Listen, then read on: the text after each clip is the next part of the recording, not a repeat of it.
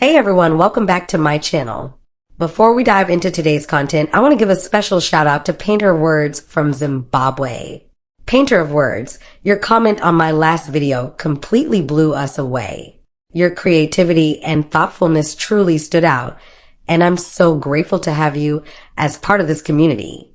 Thank you for being an amazing fan and for inspiring us to keep creating content that resonates with all of you. Keep shining. Painter of Words, you rock. To get our shout out, watch to the end of our videos to answer our questions correctly. And to all our returning fans, we appreciate you greatly.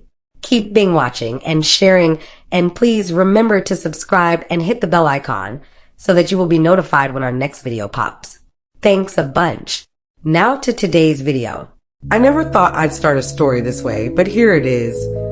Sometimes life hands you a puzzle so twisted that the pieces feel like they belong to entirely different pictures.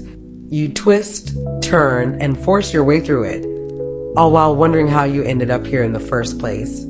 And so, my puzzle began with a phone call on a humid Tuesday evening. Once upon a time in Kogi State, during our National Youth Service days, Aisha and I met. We were young, bright-eyed, and full of dreams then. She was calm to my storm, the silk covering over my rough edges.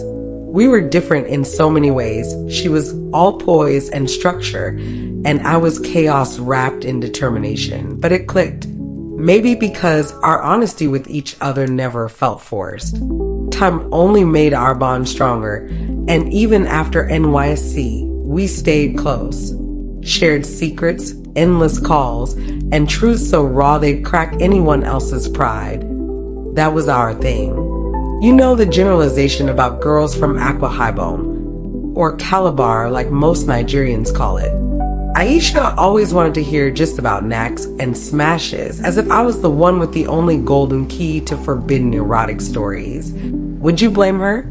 Aisha was from a strict Muslim home. She hadn't left her Kano state since birth, and if not for our NYSC service, she would have still been at one of his shops where he sells wrappers in wholesales. Oh, I was so wrong. Aisha opened up to me, telling me how girls her age, regardless of strict family rules, still get the D whenever they want. According to her, under the hijab, they wear no panties. Why? I had asked, both perplexed and curious. For easy access, nah, she retorted as we both collapsed on the green grass, laughing uncontrollably. This gives credence to the fact that it doesn't matter where anyone is from or the kind of upbringing they had, because at the end of the day, it all boils down to personal discipline. But one day, I had gist. Yes, I had gist for her, so I called. This phone call wasn't one of our usual banter-filled chats. There was heaviness in the air that night, like some uninvited guest lingering between us, unseen. Aisha, please don't laugh, I began, a nervous edge in my voice. I'm not laughing yet, Ikar, she replied, amused but curious. I rubbed my palms together, trying to summon the courage to say it. It's gay, I admitted. Gay, she echoed. Is something wrong? Did something happen? I sighed. Not exactly. It's just there's this thing about him, something I've been trying to process. Now, I could picture Aisha sitting up on her couch, her full attention honing in on me. This was one of the reasons I loved her. She always knew when I was standing on the edge of a confession. It's him you know down there. I hesitated, feeling my cheeks heat up despite the distance between us. He's small, silence, an eternity of it. Finally, a slow O slipped out of her, the vowel hanging in the air like an uninvited guest. Yeah, I continued, my voice barely above a whisper. And it's not just that. Aisha, the worst part is he knows it. Wait, she said, her voice laced with intrigue. What do you mean he knows it? I mean exactly that. He knows Aisha, and he told me I could cheat. Her gasp was audible through the receiver. Cheat? Like he gave you permission to cheat? Only on one condition, I admitted, laughing nervously. He gets to approve the man first. For a moment, all I could hear was Aisha's stunned breathing. And then, just like that, she burst into laughter. Loud, uncontrolled, belly-aching laughter. That's insane, Ekaete, she finally managed, her words broken up by gusts of amusement. A man giving permission to cheat? What is he, some kind of modern martyr?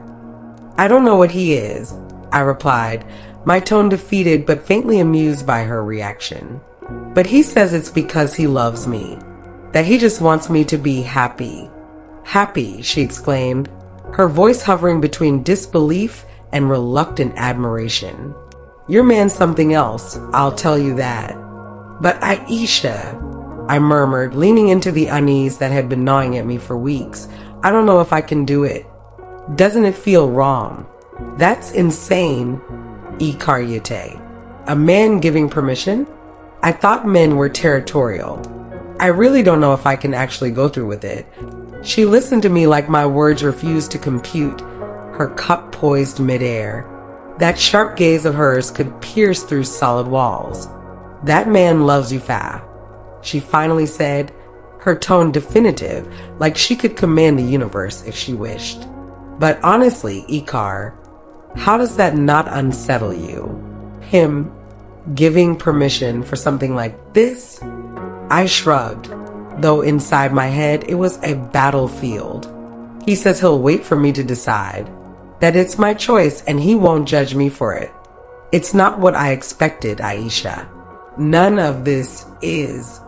Aisha requested that I change the call to a WhatsApp video call, and this was how I knew I must have struck a chord or some ligament. That was when I noticed her expression falter. It wasn't pity, not exactly. It was something heavier. She tilted the glass in her hand, the tea swirling as she traced the rim with her finger. I wish we could swap places, she murmured, a bitter laugh escaping her lips. This was Aisha's way of changing the subject, leveling the playing field somehow. She always teases me when life gets too deep, preferring humor as a shield. But something was different that day. Her words landed, hard and raw. What do you mean? I asked, leaning in. An unsettling quiet filled the room where I was before she hesitated, then whispered, Malam Sambo, my husband. He's the opposite. He's huge. Too huge. We haven't even. My jaw dropped before I bolted up from the couch. Wait, you're married and you've never... Aisha sighed, refusing to meet my eyes. I tried once. Her voice was faint. I screamed so loud I scared myself. I've been avoiding him ever since. He's getting frustrated. Ikar. It's a terrible kind of tension. Ikar, my friend, have you seen the D of a horse? His own is 1.5 the size of that of an average horse.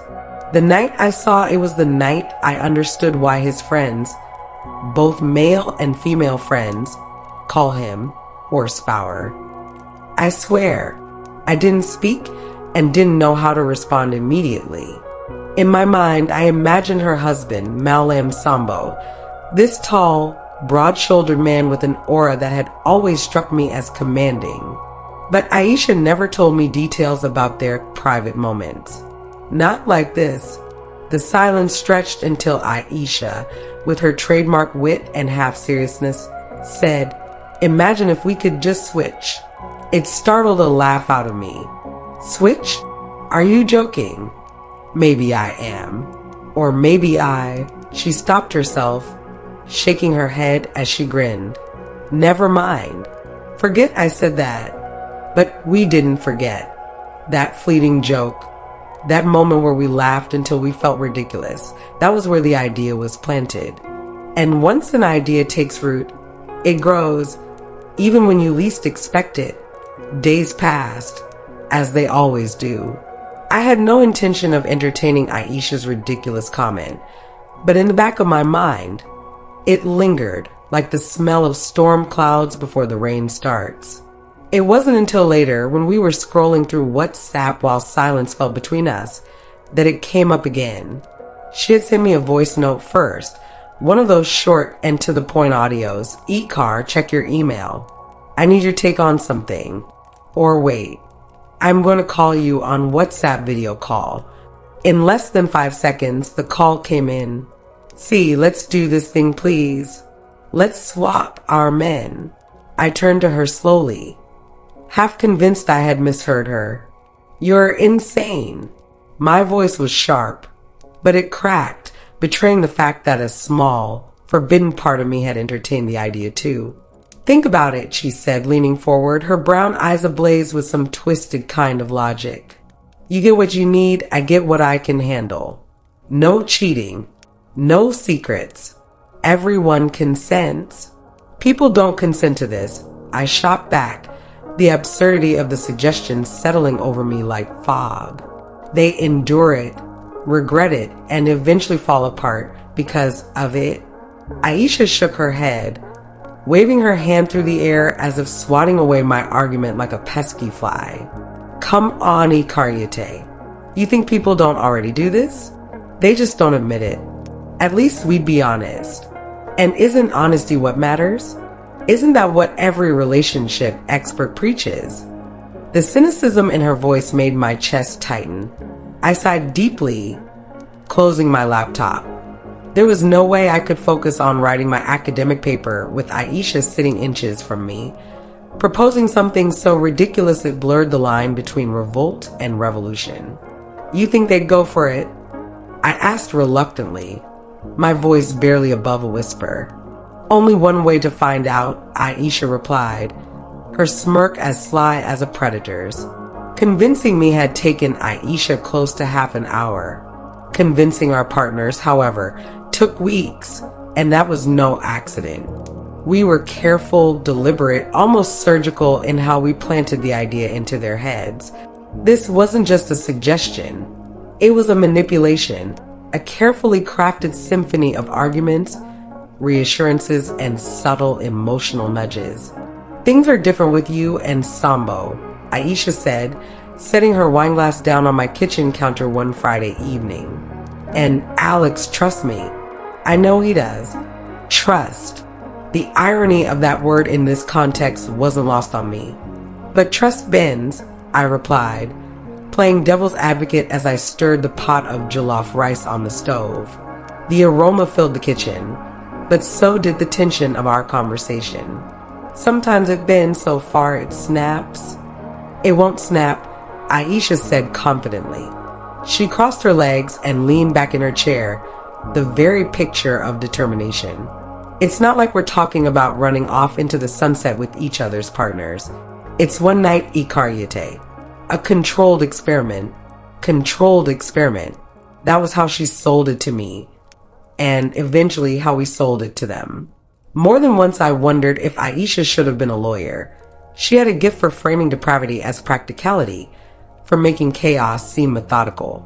When I broached the topic with Gege, my fiancé of 3 years, I thought he would laugh it off. He didn't. "What kind of crazy idea is that?" he asked, jaw tightening as he paced the living room. It was a typical Lagos evening, with the hum of generators in the air and a cool breeze sweeping in through the open windows. I perched on the armrest of the couch, watching his every move. "It's not crazy if you think about it," I said calmly, echoing the words Aisha had once said to me. "We're both human. We struggle, we feel temptation, but we never admit it because society has these rules." "Rules that make sense?" Gege shot back. His hands were clenched into fists, his knuckles pale against his dark skin. I stood and walked over to him, placing a hand on his chest. "Sweetie, listen to me. I'm not asking for this to become a habit. I'm not even asking for it to happen again after this one time. But wouldn't it be better to face these issues head on? To say, this is how I feel. This is what I struggle with, without shame or guilt." He stared at me, and for a moment, I thought I had lost him. Then he sighed long and low, and I knew a crack had formed in the wall of his resistance. The night was set. The hotel arrangements were made. The rules were agreed upon. No emotions. No attempts to make it romantic. No follow-ups. At least, not behind the partners involved. Finally, no putting any seed inside anyone. Aisha called it a one-time release, like how some people described cathartic therapy. The analogy made me uneasy. As I sat in front of the mirror in the hotel suite that evening, my hands shook as I applied my makeup. Each stroke of eyeliner, each dab of powder felt like preparation for a war I wasn't ready to fight. But the battlefield wasn't out there. It was in my own mind. And then Malam Samba walked in. He was Aisha's husband, but at that moment, he didn't feel like her man. He felt larger, more commanding. The air around him was magnetic, pulling me toward him in ways I didn't understand, and definitely didn't trust. He smelled masculine and Arabic. I felt like calling him my Dubai. He wore a simple white shirt and dark jeans, but something about the way he carried himself made him look extraordinary. His presence filled the room, sucking all the oxygen out of the space between us. "You look nervous," he said softly, his deep voice vibrating like a drumbeat in my chest. "I am nervous," I admitted, trying to suppress the wobble in my voice. Honesty felt like my last shield in that moment. "Don't be," he said, stepping closer. Each step felt like thunder, even though the carpeted floor muffled his footsteps. Honesty and vulnerability. That's what you wanted, isn't it? The night blurred into colors and sensations I couldn't have described even if I wanted to. It wasn't just physical. It was something deeper, like he knew where to touch, how to speak, how to bring out the version of myself I thought had been dead years ago. I didn't feel shame then. I didn't feel guilt. Just freedom. But freedom has a cost. It always does. 3 days after that night, a cold realization began creeping over me. It crept in when I looked at Gay during dinner. He had poured me a glass of wine, smiled across the table like he did every other evening, and yet something in me had changed. It wasn't that I didn't love him. I did. But I couldn't ignore the feeling that I had unlocked something with Sambo, a door that wouldn't close. What I hadn't expected was Gay changing, too. At first, I thought it was nothing. The way he hesitated before speaking, the way his laughter didn't reach his eyes. But then, one night, the cracks widened. He sat across from me in our living room, running his hands over his jeans. Ikar, can I ask you something? He said, voice low, unsure. I turned to him, setting down my phone. Of course. You can ask me anything. Do you still love me? The word hit me like a punch to the chest. My heart leapt, but I forced a smile to calm my shaking hands. What kind of question is that, Gay? Of course I do. His eyes pinned me in place. Then why do I feel like I've lost you? As if Gay's suspicions weren't enough, a storm was brewing between me and Aisha that I never saw coming. You saw him, didn't you? Aisha's voice sliced through the phone one evening. What? I said, playing innocent, even as my chest tightened with panic. You know what I'm talking about, Ekaete. Malam Sambo. Didn't I warn you? Didn't I? Stop, Aisha. I interrupted, my tone sharper than I intended. You don't get to lecture me on this. You're the one who suggested it in the first place. That was when she dropped the real bombshell, a confession that turned my world upside down. I saw Gay too. Maybe we should just continue from where we left off and probably do it, like 2 to 3 times weekly. Her words were filled with hesitation, like even she wasn't sure how I'd react. Last weekend, he came to me. My breath caught in my throat as the room spun around me. What are you talking about, Aisha? Her voice softened. He was a lost Ikar. He needed someone to talk to. And things just... In all fairness, we got carried away. You didn't, I whispered, even as every cell in my body screamed the answer back at me. She did. They did. What happened next? The secrets unraveled faster than I could hold them together. Malam Sambo, though a man of rules, started texting Aisha, comforting her, even suggesting a repeat encounter. And gay, he wasn't the same. His confidence cracked, his eyes seemed distant, and his attention wandered more and more toward Aisha. Did he know what I had done? Had Aisha told him everything? And me, I was left haunted by the guilt, by the lies, by the man who stirred emotions I'd locked away for years. One night of clarity was all it was supposed to be.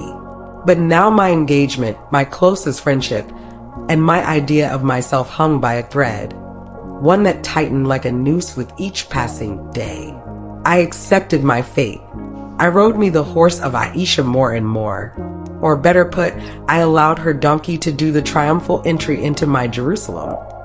Almost every day. It felt so good that I cared less if they were going to get married, get pregnant, and have kids.